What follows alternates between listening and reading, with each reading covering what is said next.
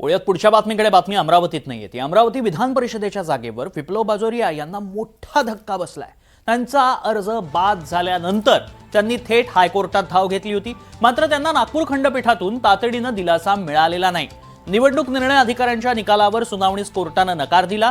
तातडीने सुनावणी करण्यास कोर्टाने नकार दिला। या प्रकरणी काही दिवसांनंतर पुढील सुनावणी होण्याची शक्यता आहे, त्यामुळेच विप्लव बाजोरिया यांना तातडीने दिलासा मिळालेला नाही। दरम्यान ज्या प्रतिज्ञापत्राच्या आधारे आतापर्यंत निवडणुका लढवल्या, आता तेच प्रतिज्ञापत्र अवैध कसं ठरू शकतं असा सवाल शिवसेनेचे माजी आमदार गोपीकिशन बाजोरिया यांनी उपस्थित केलाय। त्यांच्याशी खास संवाद साधला आमचे प्रतिनिधी प्रवीण मुधोळकरांनी।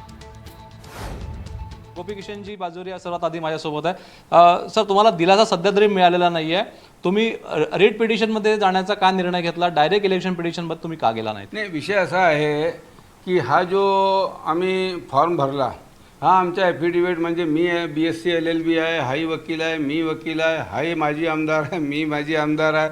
आम्हाला तुम्हाला असं वाटते का की आम्ही चुकीचा फॉर्म भरणार? हाच फॉर्म आम्ही 5 वेळा अकोला, बुलढाणा, वाशिम आणि हिंगोली, परभणीमध्ये भरला। हाच ॲफिडेविट आहे, सर्व जिल्हाधिकाऱ्यांनी त्याला मंजुरात दिली।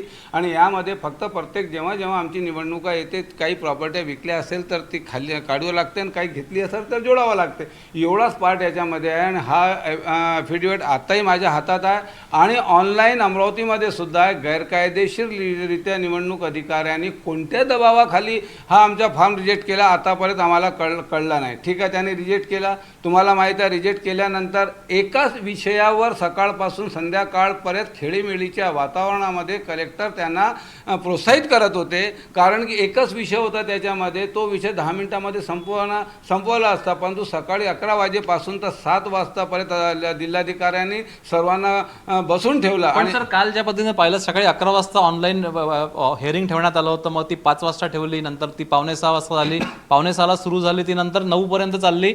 या सगळ्या याच्यामध्ये इतका वेळ का लागला? ते निवडणूक अधिकाऱ्याचा नाटक होता की उद्या जर यांना आपण कॉपी दिली तर हायकोर्टामध्ये जाईल किंवा कुठे जाईल, तर कालचा दिवस त्यांनी वाया घालवण्याचा प्रयत्न केला।